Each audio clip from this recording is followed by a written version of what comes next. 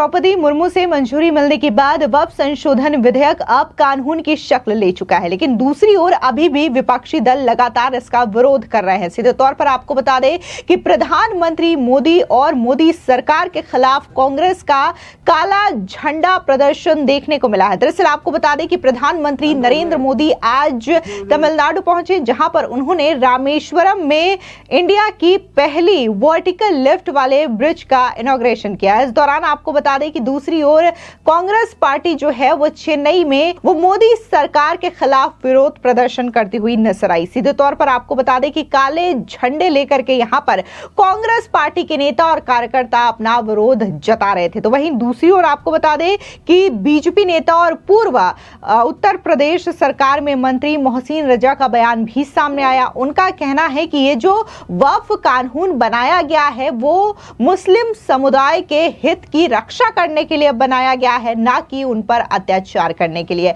वहीं दूसरी ओर आपको बता दें कि टीवी के शक्तिमान मुकेश खन्ना का भी यही कहना है कि ये देश लोकतांत्रिक तरीके से चलता है। ऐसे में जब वक्फ को कानून बना दिया गया है तो इसको मानना चाहिए, क्योंकि यही भारत की खूबसूरती है। लेकिन सबसे पहले आप भी सुनिए कि आखिर पूर्व जो कैबिनेट मंत्री रहे हैं उत्तर प्रदेश सरकार में बीजेपी नेता मोहसिन रजा, उन्होंने क्या कुछ कहा है इस वक्फ कानून को लेकर के और किस तरीके से उन्होंने राहुल गांधी को मुंहतोड़ जवाब दिया है। देखिए, ये कांग्रेस के लोगों ने जिस तरह से देश में लूट का काम करने का काम किया था, अपने मनमाने तरीके से जो कानून बनाकर लोगों को लूटने का काम किया, और खासकर जो इनका वोट बैंक था, कांग्रेस ने मुस्लिम समाज को लूटने का काम 2013 के अमेंडमेंट से किया था।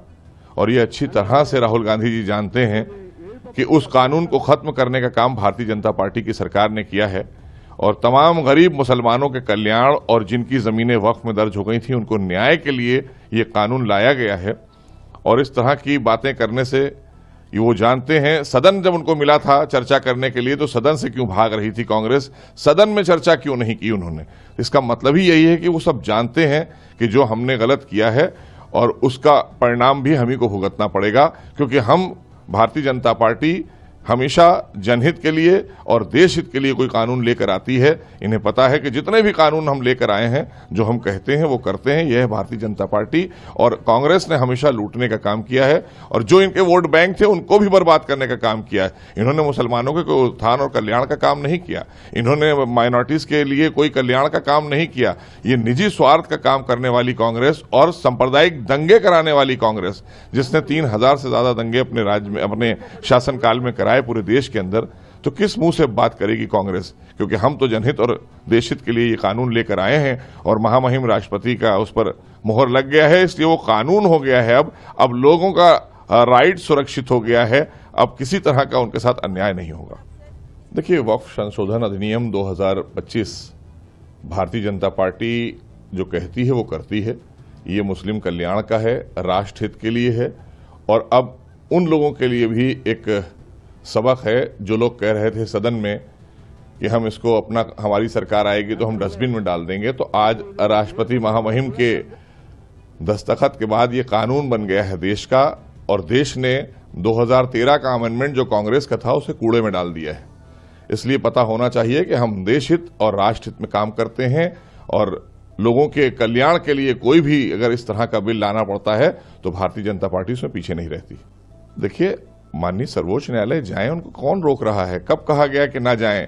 तो इतना चीख पुकार करने की क्या जरूरत है? 2013 में भी तो अमेंडमेंट यही लेकर आए थे।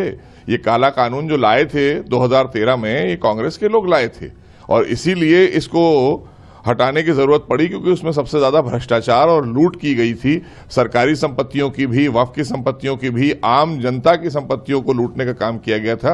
और 2013 के अमेंडमेंट में जिस तरह से अपार शक्तियां दे दी गई थी बोर्ड को, तो इसलिए उस काले कानून को खत्म किया गया है और आज ये कानून बनकर आ गया है। और वो लोग इसको देख लें जो लोग कह रहे थे कि हम इसको डस्टबिन में डालेंगे, उनके उस काले कानून को देश ने डस्टबिन में डालने का काम किया है। हम सब पूरे देशवासियों को रामनवमी की हार्दिक शुभकामनाएं देते हैं, क्योंकि हम राम की नगरी से ही आते हैं। ये अवध में कहलाता है लखनऊ, तो इसलिए आज बड़े हर्ष और उल्लास का दिन है और सभी देशवासियों को रामनवमी की मुबारकबाद और उनकी हार्दिक शुभकामनाओं के साथ में आप आज जो प्रभु श्री राम को तिलक होगा वो अपने आप में पूरी देश नहीं दुनिया देखेगी कि सूर्य तिलक होगा। तो अपने आप में आप देखिए कि सूर्य से तिलक होगा प्रभु श्री राम का और हम सब शराबोर होंगे उसके दर्शन को देखकर और उसके दर्शन से। और वहीं पर जिस तरह से विपक्ष के लोग अपनी नाकामी को छुपाते हुए नजर आ रहे हैं, जिन्होंने विरोध किया था, आज उनको भी वहां जाना चाहिए और प्रायश्चित करना चाहिए। वहीं दूसरी ओर बात अगर हम टीवी के शक्तिमान मुकेश खन्ना की करें तो आपको बता दें कि हर बार उन्होंने अपनी प्रतिक्रिया जाहिर की है। कई बार देश में ऐसी चीजें हुई हैं जिसको लेकर के समय समय पर वो अपना वक्तव्य रखते हैं। ऐसे में जब बात वक्फ विधेयक कानून को लेकर के हुई तो उन्होंने भी इस दौरान अपनी बात रखी और उनका साफ तौर से कहना है कि देश में अब लोकतंत्र चलता है, किसी की राजशाही नहीं चलती। और ऐसे में जब दोनों सदनों के बाद राष्ट्रपति द्रौपदी मुर्मू से इस कानून को मंजूरी मिल गई है तो आखिर इसका विरोध क्यों करना। सुनिए मुकेश खन्ना का ये बयान। झारखंड में नहीं लागू नहीं देंगे, किसने कहा? झारखंड में तो बीजेपी है ना, नहीं। अरे साहब कोशिश कर लीजिए साहब, हमारा देश हिंदुस्तान एक है। ये अलग अलग जगह पे खड़े हो जाते हैं, उधर बंगाल में खड़ी होती है, नहीं आने देगा, किसी को नहीं आने देगा। अरे आपके बाप की जगह नहीं है साहब, एक हिंदुस्तान है। तो अगर ये पार्लियामेंट में पास हो गया, राज्यसभा में पास हो गया, कोई भी स्टेट को हक नहीं होना चाहिए रोकने का। अगर आप रोक रहे हो तो आप फिर से सरदार पटेल के टाइम पे जा रहे हो, जहां अलग अलग रियासतें थी। अभी हमारा एक सार्वभौमिक एक राष्ट्र पास हुआ, मानिए। यही हमारी सबसे बड़ी दुविधा चल रही है डेमोक्रेसी की। हम डेमोक्रेसी का फायदा उठा रहे हैं। वहीं दूसरी ओर बात अगर हम कांग्रेस पार्टी की करें तो आपको बता दें कि आज प्रधानमंत्री मोदी जो हैं वो तमिलनाडु पहुंचे और इस दौरान तमिलनाडु के चेन्नई में जो है कांग्रेस पार्टी की ओर से ये विरोध प्रदर्शन देखने को मिला, जहां पर उन्होंने मोदी सरकार के खिलाफ ये विरोध प्रदर्शन किया है। दरअसल आपको बता दें कि पूर्व जो केंद्रीय मंत्री रहे पी चिदम्बरम, उन्होंने बकायदा इसकी अध्यक्षता की और इस दौरान उन्होंने कहा कि ये जो कानून बनाया गया है वो किसी भी वर्ग के हित के लिए नहीं है। और कहीं ना कहीं विपक्षी दल अब ये आरोप लगा रहे हैं कि पहले तो ये जो वक्फ कानून बनाया गया है इससे वक्फ बोर्ड की प्रॉपर्टीज को सरकार हड़पेगी, उसके बाद अन्य धर्मों को लेकर के ये कानून सरकार बनाएगी, जिसके बाद हिंदू हो या फिर क्रिश्चियन हो या फिर सिख हो, इनकी प्रॉपर्टीज को भी हड़पा जाएगा। ये नया जो प्रोपेगेंडा है वो विपक्ष की ओर से चलाया जा रहा है। दरअसल आपको बता दें कि लोकसभा और राज्यसभा में तकरीबन 12 से 13 घंटे की लंबी चर्चा के बाद जो है वक्फ संशोधन विधेयक को पारित करा लिया गया और बहुमत के साथ ये जो विधेयक है वो पास हुआ। उसके बाद इस विधेयक को राष्ट्रपति द्रौपदी मुर्मू के पास भेज दिया गया, जहां पर उन्होंने बकायदा अपना हस्ताक्षर किया, जिसके बाद सरकार की ओर से एक नोटिफिकेशन रिलीज किया गया, एक गजट रिलीज किया गया और ये अब कानून की शक्ल ले चुका है। हालांकि राष्ट्रपति द्रौपदी मुर्मू से मंजूरी मिलने के बाद वक्फ संशोधन विधेयक अब कानून बन चुका है, लेकिन अभी भी इसका विरोध देखने को मिल रहा है। सीधे तौर पर कई सारे ऐसे मुस्लिम संगठन हैं जो कि इसका विरोध कर रहे हैं, तो वहीं दूसरी ओर कई सारे मुस्लिम संगठन ऐसे भी हैं जो कि इसे सरकार की ओर से किया गया काफी ज्यादा हितकारक काम मान रहे हैं। उन मुस्लिम संगठनों का यह कहना है कि पहले वक्फ बोर्ड में केवल कुछ चुनिंदा लोग ही अपना कब्जा समझते थे, लेकिन अब जिस तरीके से मोदी सरकार की ओर से यह संशोधन वक्फ कानून में किया गया है तो इसमें जो मुस्लिम समुदाय के तमाम वर्ग हैं, फिर चाहे वो महिला हो, पाशमानदा मुस्लिम हो, इन तमाम लोगों का कंट्रीब्यूशन जो है वो अब वक्फ बोर्ड में रहेगा। तो भाई दूसरी ओर हम बात अगर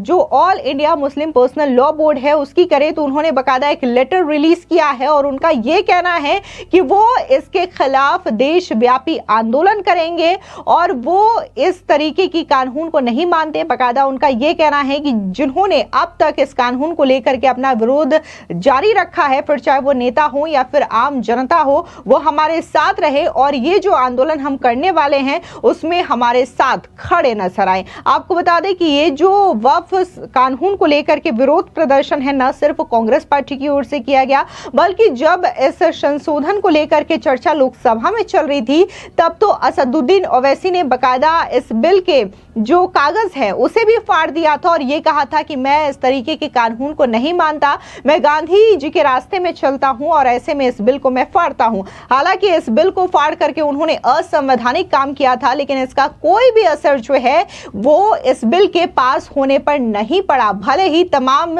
जो विपक्षी दल के सांसद हैं, फिर चाहे वो राहुल गांधी हो, सोनिया गांधी हो, संजय सिंह हो या फिर असदुद्दीन ओवैसी हो, ये तमाम तरीके के विरोध तो करते रहे, ये मुस्लिम समुदाय और अल्पसंख्यकों को बरगलाते तो रहे, लेकिन कोई एग्जैक्ट कारण नहीं बता पाए कि आखिर सरकार को इस बिल को क्यों रोक देना चाहिए। वो अलग अलग तरीके से अपना प्रोपेगेंडा चला रहे हैं, लोगों को भड़का रहे हैं, लेकिन किसी भी तरीके से ये नहीं बता रहे हैं कि आखिर कहां पर इस विधेयक या फिर इस कानून में कोई गलती सरकार की ओर से की गई है जिससे कि लागू नहीं किया जाना चाहिए। फिलहाल इस पूरी खबर पर आपकी क्या राय है, कमेंट सेक्शन में जरूर बताएं। धन्यवाद।